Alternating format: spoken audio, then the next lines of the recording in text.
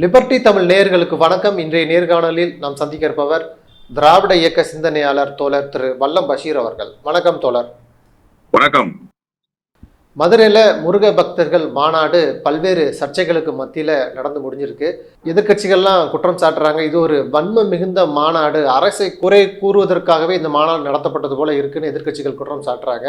இந்த மாநாட்டில் பல்வேறு தலைவர்கள் பேசுனாங்க. குறிப்பாக அண்ணாமலை பேசும் பொழுது இந்துக்கள் எழுச்சி அடையணும், எப்படி ஒரு யூத இனம் எழுச்சி அடைஞ்சு 4 நாடுகளோடு சண்டை போடுது, அதே போல் நம்மளும் எழுச்சி அடையணும் அப்படின்னு சொல்லி பல்வேறு கருத்துக்களை சொல்கிறாரு. இந்த முருக பக்தர்கள் மாநாட்டில் 6 தீர்மானங்கள் நிறைவேற்றுக்கிறாங்க.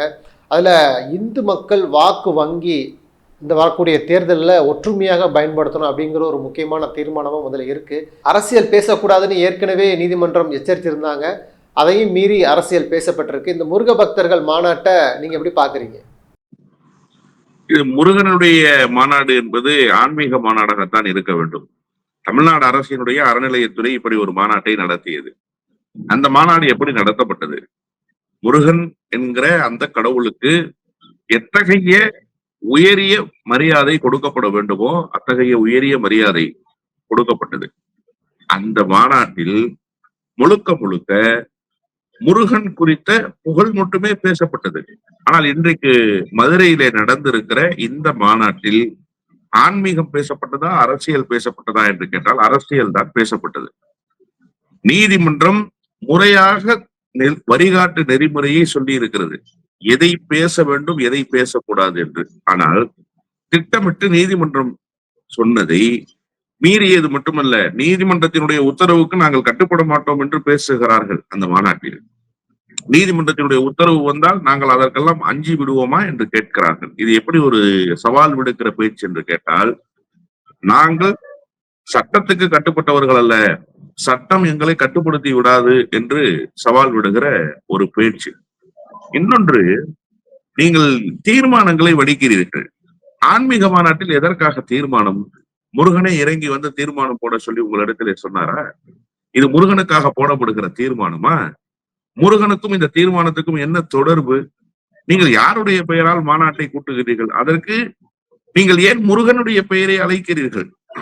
கடவுளாக முருகனை வணங்கக்கூடிய தமிழ் மக்கள் இன்றைக்கு எத்தனையோ லட்சக்கணக்கான பேர் திருச்செந்தூருக்கு புறப்படுகிறவர்கள், பழனிக்கு புறப்படுகிறவர்கள். அந்த பக்தர்களை எல்லாம் அழைப்பதாக சொல்லி பாரதிய ஜனதா கட்சியினுடைய தொண்டர்களை மட்டுமே அழைத்து ஒரு மாநாட்டை நீங்கள் நடத்துவதாக இருந்தால் பாரதிய ஜனதா கட்சியினுடைய பெயரிலேயே நடத்துங்கள். அதில் என்ன சிரமம் இருக்கிறது? உங்களுக்கென்று ஒரு அரசியல் கட்சி இருக்கிறது, எதற்காக ஒளிந்து கொண்டு முருகனுடைய பெயரை சொல்லிக் கொண்டு நீங்கள் இங்கே வருகிறீர்கள்? அதுல ரொம்ப முக்கியமான தீர்மானம் ஒண்ணு, நான் அரசியலுக்கெல்லாம் அப்புறம் வர்றேன். அறநிலையத்துறை என்கிற அந்த அமைப்பை அடியோடு தகர்த்தெறிய வேண்டும் என்று ஒரு தீர்மானத்தை நிறைவேற்றுகிறார்கள். ஏன் இப்படி ஒரு தீர்மானம்? என்ன தவறு அறநிலையத்துறை செய்திருக்கிறது? அறநிலையத்துறை செய்திருக்கிற தவறு என்ன? கோடிக்கணக்கான ரூபாய் மதிப்பிலான சொத்துக்களை ஒரு குறிப்பிட்ட சமூகத்தை சார்ந்திருக்கக்கூடிய நபர்கள், கோயிலிலே குருக்களாக இருக்கக்கூடியவர்களினுடைய உறவினர்கள், கோயிலை பராமரிக்கக்கூடியவர்களாக இருப்பவர்கள் கைப்பற்றி வைத்திருந்தார்களே, அதை மீட்டு கொண்டு வந்து மீண்டும் மக்களுக்கு பயன்படுகிற வகையில் அறநிலையத்துறை செயல்பட்டிருக்கிறது இந்த 4.5 ஆண்டு கால அரசில். அதற்காக இந்த தீர்மானமா? அறநிலையத்துறை வேண்டாம் என்று சொன்னால் என்ன பொருள்? அறநிலையத்துறை வேண்டாம், சுதந்திர அமைப்பு. இப்போ அறநிலையத்துறை மட்டும் என்ன சுதந்திரம் இல்லாத அமைப்பா? அதற்கு என்ன கட்டுப்பாடுகள் இருக்கிறதா? அந்த அமைப்பை யாராவது கட்டுப்படுத்துகிறார்களா? பின்னால் இருந்து இயக்குகிறார்களா? இல்லையே.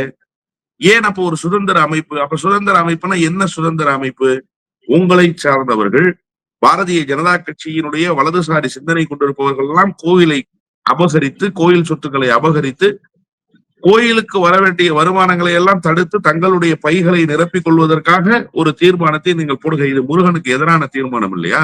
முருகன் இதை அனுமதிப்பாரா? ஒரு கடவுளாக இருந்து எனக்கு வந்து சேருகிற காணிக்கைகள் என்னை வணங்குகிற பக்த கோடிகளுக்கு பயன்பட வேண்டும் என்று முருகன் நினைப்பாரா? அல்லது என் பெயரால் அரசியல் செய்து கொண்டிருக்கிற இந்த களவாணி பயல்களுக்கெல்லாம் போய் சேர வேண்டும் என்று முருகன் நினைப்பாரா? அப்ப எப்படிப்பட்ட தீர்மானம் இந்த தீர்மானம்? ஒன்று. இரண்டாவது, அண்ணாமலை பேசுகிற செய்தியை நீங்கள் குறிப்பிட்டு பேசினீர்கள். முருகனுடைய மாநாட்டில் இந்துக்கள் எல்லாம் ஒன்று சேர்ந்து அரசியல் எழுச்சி ஏற்பட வேண்டும் என்று சொல்கிறீர்கள். எந்த மாதிரியான அணுகுமுறை இது? இதற்கும் முருகனுக்கும் என்ன தொடர்பு? முருகன் என்ன பாரதிய ஜனதா கட்சியினுடைய வாழ்நாள் உறுப்பினரா? பாரதிய ஜனதா கட்சியினுடைய மாவட்ட அணிகளினுடைய பொறுப்புகளில் இருக்கிறாரா? அவருடைய பெயரால் நீங்கள் மாநாட்டை நடத்திவிட்டு இந்துக்கள் எல்லாம் ஒன்று திரளுங்கள் என்று சொல்வது இது ஒரு பச்சையான அயோக்கியத்தனம். முருகன் பெயரால், கடவுள் பெயரால் மாநாடு என்று சொல்லிவிட்டு நீங்கள் அரசியல் பேசுகிறீர்கள். இது ஆன்மீக மாநாடு அல்ல, இது ஒரு அரசியல் மாநாடு.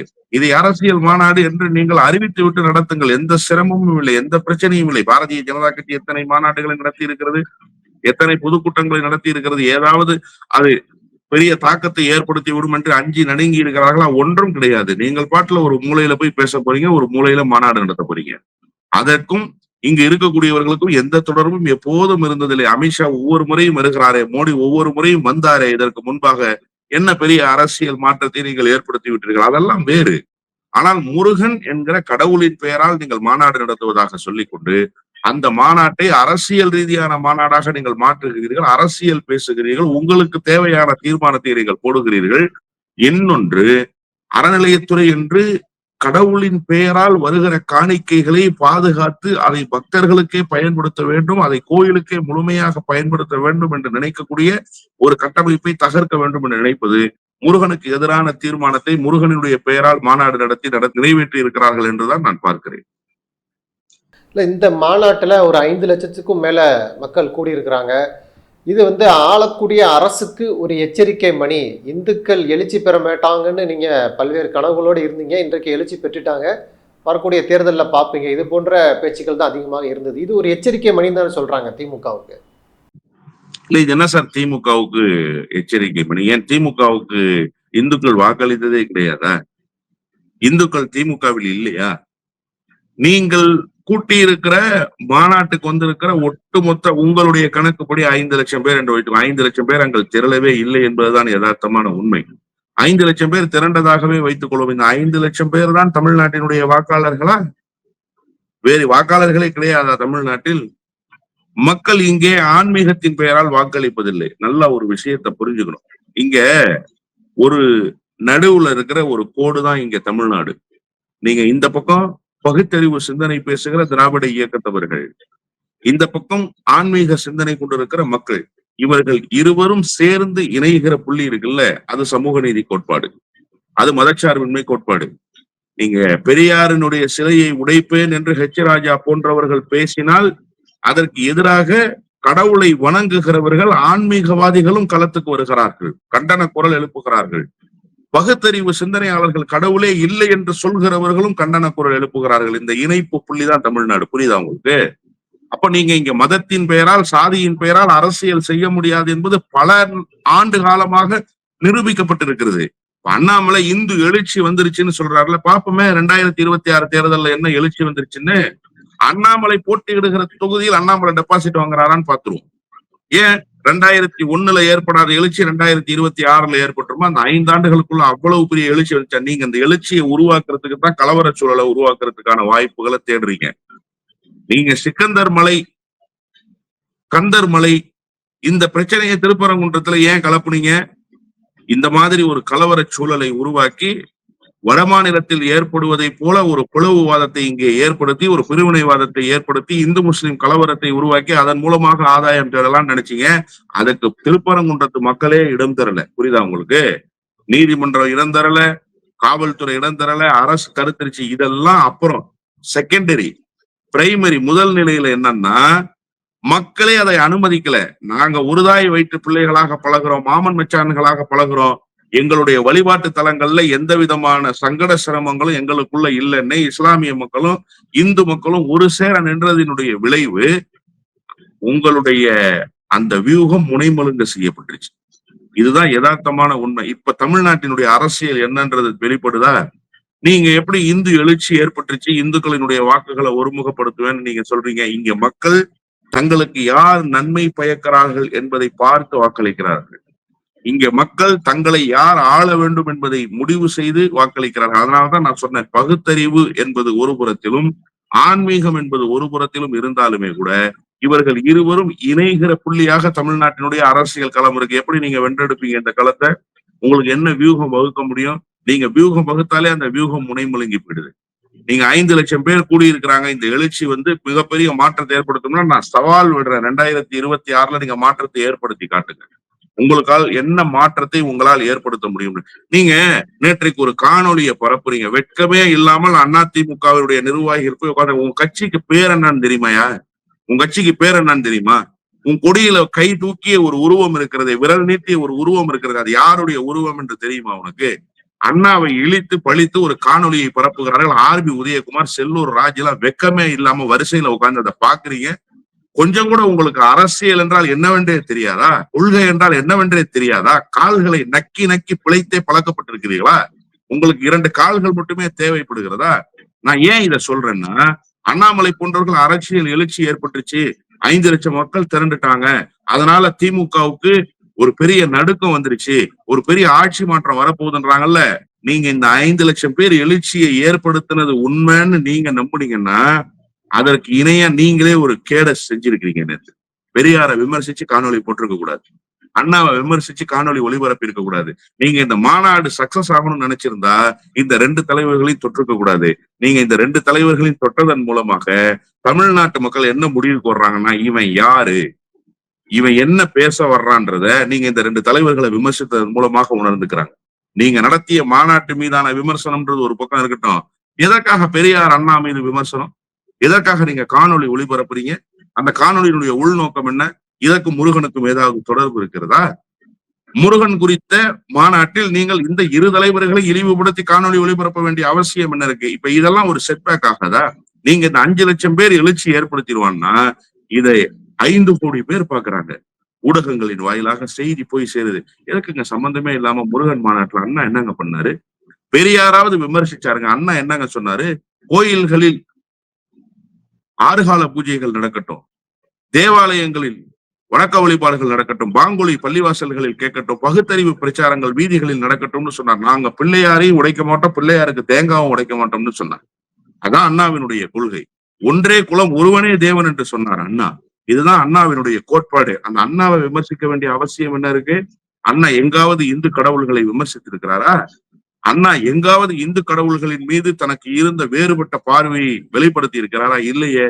அண்ணா எல்லாருக்குமான அரசியலை முன்னெடுத்தார். நீங்கள் அவரை விமர்சிக்க வேண்டிய அவசியம் என்ன இருக்கிறது? இப்ப இதெல்லாம் இந்த 5 லட்சம் பேரை திரட்டினது உங்களுக்கு ஒரு பெரிய பொலிட்டிக்கல் மைலேஜ் நீங்க நினைச்சீங்கன்னா, இந்த காணொலி ஒளிபரப்பியது உங்களுக்கு பொலிட்டிக்கலா ஒரு பெரிய மைனஸை உருவாக்கி இருக்கு. நீங்க ஒரு பின்னடைவை சந்திச்சிருக்கிறீங்க. எனவே 2026 உங்களால் இந்த எழுச்சியை வைத்துக் கொண்டெல்லாம் மிகப்பெரிய மாற்றத்தை ஏற்படுத்த முடியும் என்று நீங்கள் நம்புவீர்களே. ஆனால் 2026 களம் உங்களுக்கு தோல்வியை தரும் என்பதை தேர்தல் முடிவுகள் உணர்த்தும். ஏற்கனவே நீங்க சொல்லியிருந்தீங்க அதிமுக அமைச்சர்கள் அதில் கலந்துருக்கிறாங்க அப்படின்னு. இப்போ மதுரை முழுவதும் வேளாள திராவிடத்தை விரட்டும்னு பல்வேறு இடங்கள்ல போஸ்டர் ஒட்டியிருந்தாங்க. அதிமுக முக்கிய அமைச்சர்கள் கலந்து கொண்டது சர்ச்சையாக இருந்துச்சு. ஆர்எஸ்எஸ்னுடைய அந்த 100ஆண்டு விழாவில் வேலுமணி கலந்துருக்கிறாரு. எடப்பாடி பழனிசாமி ஏற்கனவே முருக பக்தர்கள் மாநாட்டுக்கு வாழ்த்துக்கள்லாம் தெரிவிச்சிருந்தாரு. இப்போ அதிமுகவுடைய நிலைப்பாடு ஒரு மிகப்பெரிய கேள்விக்குறி ஆகுது இல்லையா? எடப்பாடி தனி முழுமையாக பாஜகவோடு அர்ப்பணிக்கிறாரு, ரொம்ப இறங்கி வராரு, இது போன்ற விமர்சனங்கள்லாம் இருக்குல்ல, அதெல்லாம் எப்படி பாக்குறீங்க? அதிமுக என்கிற அந்த இயக்கம் அழிவு பாதைக்கு சென்று கொண்டிருந்தது என்பதை கடந்து அழிந்து போகுவதற்கான எல்லா முயற்சிகளையும் அவர்களே வலிய சென்று மேற்கொள்கிறார்கள் என்பதைத்தான் இந்த நகர்வுகள் எல்லாம் உணர்த்தி கொண்டே இருக்கிறது. நீங்க 2014 தேர்தல்ல மோடியா லேடியால அந்த அம்மா பிரச்சாரத்தை வச்சது மட்டும் இல்ல, 2011 இருந்து 2016 ஆட்சி காலம் வரைக்கும் அந்த அம்மா 3 முறை RSS அப்ளிகேஷன் போட்டாங்க பேரணி நடத்துறதுக்கு. 2 முறை ரிஜெக்ஷன். புரியுதா உங்களுக்கு? ஒரு முறை நீதிமன்றத்தினுடைய ஆணை பெற்று நடத்துவதற்கான அனுமதியை பெற்று வந்தாங்க. அப்ப திமுக ஆட்சின்னு அதே மாதிரிதான் நீதிமன்ற ஆணை பெற்றுதான் அனுமதியை பெற்றுக்கிட்டு வந்தாங்க. அப்ப 2 முறை கேட்டதை தடுத்து நிறுத்தி அதை செய்யக்கூடாது, தமிழ்நாட்டினுடைய தன்மைக்கு மாறான பேரணி இந்த பேரணின்ற நிலைப்பாட்டை எடுத்தது யார்? ஜெயலலிதா. ஜெயலலிதா அன்றைக்கு முதலமைச்சர். நீங்க அம்மாவின் பெயரால் அரசை நடத்துகிறோம் அப்படித்தானே சொன்னார் எடப்பாடி பழனிசாமி. ஆனா 9 ஊர்வலங்களுக்கு அனுமதி அளித்தார் எடப்பாடி பழனிசாமி. சரி, அன்னைக்காவது ஆளுங்கட்சி, உங்களுக்கு இருந்த நெருக்கடி, அதனால் பாஜகவினுடைய கைப்பாவையாக நீங்கள் இயங்கினீர்கள் என்பதை உங்களுடைய அமைச்சர்கள் திண்டுக்கல் சீனிவாசன் போன்றவர்கள், ஆர்பி உதயகுமார் போன்றவர்களே பேசுறாங்க. அதனாலதான் நாங்க செஞ்சோம், எங்களுக்கு இருந்த நெருக்கடி, அதனால எங்களுக்கு வேற வழி தெரியலன்னு சொல்லி. இன்னைக்கு நீங்க கூட்டணியை வழிய சென்று அறிவித்ததனுடைய விளைவு சீந்துவார் இல்லாமல் போயிருக்கிறீங்க. தேமுதிக கூட உங்களோட கூட்டணிக்கு வருவதற்கு தயாரா இல்ல. தேமுதிகக்கு என்ன பெரிய வாக்கு வங்கி இருக்கு? அந்த கட்சி கூட உங்களை சீண்டல. நீங்க தங்க தாம்பூலத்துல வச்சு கொண்டு போய் கொடுக்குறீங்க ராஜ்யசபா என்கிற அந்த மேல் சபைக்கான வாய்ப்பை. மாநிலங்களவை உறுப்பினர் என்பது எத்தகைய பொறுப்பு? செலவே இல்லாம நாடாளுமன்றத்துக்கு போகலாமே. அந்த வாய்ப்பை கூட இடறி எறிந்து விட்டு அதை ஏற்கிறோமா மறுக்கிறோமான்னு கூட சொல்லாம உங்களுடைய முடிவுக்கு ஜனவரிக்கு பிறகு பதில் சொல்றேன், 6 மாசம் வெயிட் பண்ணி எடப்பாடி நான் வந்து சொல்றேன்னு சொல்லிட்டு அந்த அம்மா புறப்பட்டு போகுது. இதுதான் உங்கள் கட்சியினுடைய பலம், இதுதான் உங்க ஆளுமையினுடைய லட்சணம். இந்த நிலையில இருந்துகிட்டு உங்க கட்சியில நான் முன்பே குறிப்பிட்டதை போல அண்ணாவின் பெயரால் இயக்கம் நடத்துறீங்க. அண்ணாவினுடைய தத்துவத்துக்கு எவ்வளவு பெரிய ஆபத்து. அண்ணாவை நேரடியாக விமர்சிக்கிறார்கள் அந்த கூட்டத்துல. ஒரு குறைந்தபட்ச கண்டன குரல். நீங்க இதுக்கு முன்னாடி அண்ணாமலை வந்து தலைவராக இருக்கிற போது கூட்டணியிலிருந்து வெளியில வர்றதுக்கு என்ன காரணம் சொன்னீங்க? எங்கள் தலைவர்களாக இருக்கிற புரட்சி தலைவர் எம்ஜிஆர், எங்கள் தலைவராக இருக்கிற புரட்சி தலைவி அம்மா, இவர்களை எல்லாம் இழிவுபடுத்தி பேசுற. அப்போ உங்களுக்கு அண்ணா தலைவர் இல்லையா? இப்போ அப்ப கொடியில ஏன் அண்ணாவோட படத்தை வச்சிருக்கீங்க? அமித்ஷா படத்தை வச்சுக்கங்க. ஏன் அண்ணா திமுகன்னு வச்சுக்கிறீங்க? அமித்ஷா திமுகன்னு வச்சுக்கோங்க. ஏன் அண்ணா திமுகன்னு வச்சுக்கிறீங்க? மோடி திமுகன்னு வச்சுக்கோங்க. அண்ணாமலை திமுகன்னு கூட நீ வச்சுக்க. என்ன கேடு வந்துருச்சு? நாங்க அதை கேட்க போறது இல்லை. ஆனா அண்ணாவின் பெயரால் நீ இயக்கம் நடத்தி கொண்டு அண்ணாவினுடைய கொடியை உருவத்தில் வைத்துக் கொண்டு உன் கட்சிக்கு திராவிட முன்னேற்ற கழகம், அண்ணா திராவிட முன்னேற்ற கழகம், அந்த திராவிடம்ன்ற பேரை எடுத்திருந்த அந்த கொள்கை கோட்பாட்டுக்கே மிகப்பெரிய ஆபத்து ஏற்படுத்துகிற வேலையை இன்றைக்கு எடப்பாடி பழனிசாமி தலைமையிலான அதிமுக கும்பல் செய்து கொண்டிருக்கிறது. இதெல்லாம் கொஞ்சமாவது அரசியல்னா என்னன்றத படிச்சுட்டு வந்திருக்கிற எடப்பாடி பழனிசாமி மாதிரியான ஆட்களுக்கு தெரியாதா? நீங்க RSS பேரணிக்கு அனுமதின்னு சொன்னோன்ன மனிதநேய ஜனநாயக கட்சியினுடைய பொதுச் செயலாளர் தமீமுன் அன்சாரி இரட்டை இலை சின்னத்தில் தான் போட்டியிட்டு வெற்றி பெற்றார். அதிமுகவுடைய உறுப்பினராகத்தான் சட்டப்பேரவையில் இருந்தாரு. அவர் சட்டப்பேரவையில் அன்றைக்கு சண்டமாறுதம் செய்து அதை இன்றைக்கு முதலமைச்சராக இருக்கிற அன்றைக்கு எதிர்கட்சி தலைவராக இருக்கிற அண்ணன் மு.க. ஸ்டாலின் உட்பட எல்லோரும் ஒரு சேர நின்று அண்ணன் தனியரசு போன்றவர்கள் எல்லாம் நின்று எதிர்த்ததினுடைய விளைவு தமிழ்நாட்டுல அந்த பிரச்சனை நெருப்பாக பற்றி எரிந்தது. நீங்க கொடுத்த அனுமதி, நீங்க அனுமதி கொடுக்க கூடாதுன்னு அவர் வைத்த கோரிக்கை, இதெல்லாம் இப்போ இது மாதிரியான அணுகுமுறைகளால் கடந்த காலத்தில் ஒரு பெரிய பின்னடைவு ஏற்பட்டதற்கு பிறகும் கொஞ்சம் கூட பாடம் படிக்காம மீண்டும் அதே வேலையை இன்னைக்கு செய்யறதுக்கு வந்திருக்கீங்களே களத்துக்கு. வேகமாக செய்றீங்களா அந்த வேலையை? தேர்தல் நேரத்துல பாஜகவுக்கு எந்த கவலையும் கிடையாது. நீங்க நல்லா தெரிஞ்சுக்கணும்.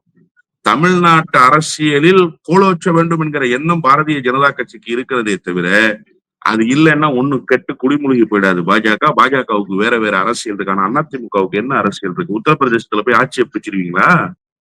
பீகார்ல போய் அதிகாரத்தை கைப்பற்றிடுவீங்களா? தமிழ்நாட்டை தாண்டி போய் அரசியல் பண்றதுக்கான யோகிதை உங்களுக்கு இருக்கா? தமிழ்நாட்டினுடைய களம் எப்படிப்பட்ட களம்? ஒரு பக்கம் திமுக, ஒரு பக்கம் அதிமுகன்னு இரண்டு கட்சிகளுக்குள்ளாக அரசியலினுடைய சக்கரம் சுழன்று கொண்டே இருக்கிற களத்துல உங்களுடைய மதிப்பையும் மரியாதையும் உங்களுடைய வாக்கு வங்கியையும் நீங்களே குழி தோண்டி புதைத்து அதிமுக என்கிற இயக்கத்துக்கு கடைசி ஆணி சவப்பட்டியில போட்டாச்சு. அதிமுகவை கடைசி ஆணி அறைந்து குழியில் இறக்குகிற வேலையை இப்போது எடப்பாடி பழனிசாமி தலைமையிலான அதிமுகவினர் செய்து கொண்டிருக்கிறார்கள். நீங்க வேணா பாருங்க, 2026க்கு பிறகு அதிமுக இதுவரை சந்திக்காத பின்னடைவை சந்திக்கும். இதுவரை சந்திச்சிருக்கல அதிமுக 12 தோல்வி பழனிசாமி, இப்ப 14 தோல்வி பழனிசாமி ஆயிட்டார்ல. நீங்க பாருங்க, அவர் 22 தோல்வி பழனிசாமி ஆகிற மாதிரியான ஒரு சூழல் 2026ல உருவாகும். அதற்கு முன்பு அவ்வளவு தோல்விகளை தழுவுவார். எல்லா தேர்தல்களை சந்தித்த அனைத்து தேர்தல்களின் தோல்வியை தழுவிய ஒரே கட்சியின் பொதுச் செயலாளர் யாருன்னு கேட்டா எடப்பாடி பழனிசாமி என்கிற பெயருக்கு சொந்தக்காரராக அவர் வந்து சேர்வார். அதெல்லாம் இருக்கட்டும் சார், அவர் இன்னைக்கு இருப்பாரு, இல்லாம போவார். அவர் ஒன்னும் பெரிய அண்ணாவை போன்ற தலைவரோ, பெரியாரை போன்ற தலைவரோ, கலைஞரை போன்ற தலைவரோ இல்ல. ஏதோ காத்தடிச்சிச்சு, குப்பை போய் கோபுரத்துல ஒட்டிடுச்சு, அவ்வளவுதான். ஆனா அதிமுக என்கிற கட்சி தமிழ்நாட்டினுடைய அரசியலுக்கு இன்றியமையாததாக இருக்கிறது.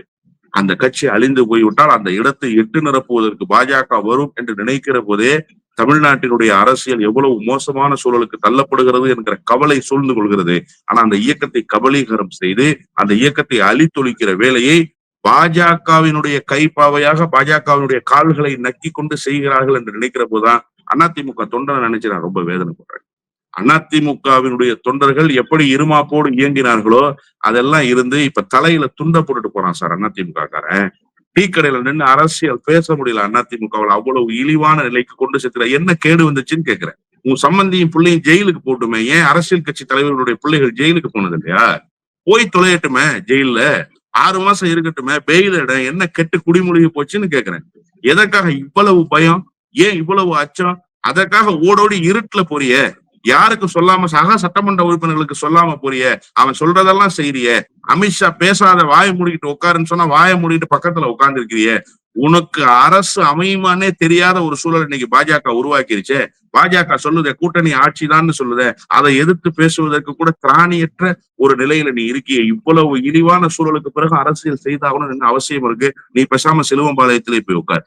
இந்த அரசியலே வேண்டாம். இந்த கட்சியை விட்டு ஒழிச்சிரு. வேற யாராவது ஒரு தலைவர் வந்து இந்த கட்சியை நடத்தட்டும். இவ்வளவு மோசமான அரசியலை செய்யறதுக்கு அதிமுக என்கிற இயக்கத்தை ஏன் வழிநடத்திட வேண்டும்? அந்த கட்சியை கெட்டு குட்டிச்சோராக்கிட்டியே, அந்த கட்சிக்கு ஒரு மதிப்பு மரியாதை எதுவுமே இல்லாமல் செய்து விட்டாயே என்கிற கவலைப்பாடு இப்போது அதிமுக தொண்டர்களிடத்துல வந்து விட்டதாகவே நான் கருதுகிறேன். நன்றி தோழர். நிறைய நல்ல தகவல்களை நேயர்களுக்கு சொல்லியிருக்கீங்க. உங்களுடைய நேரத்துக்கு மிக்க நன்றி. நன்றி.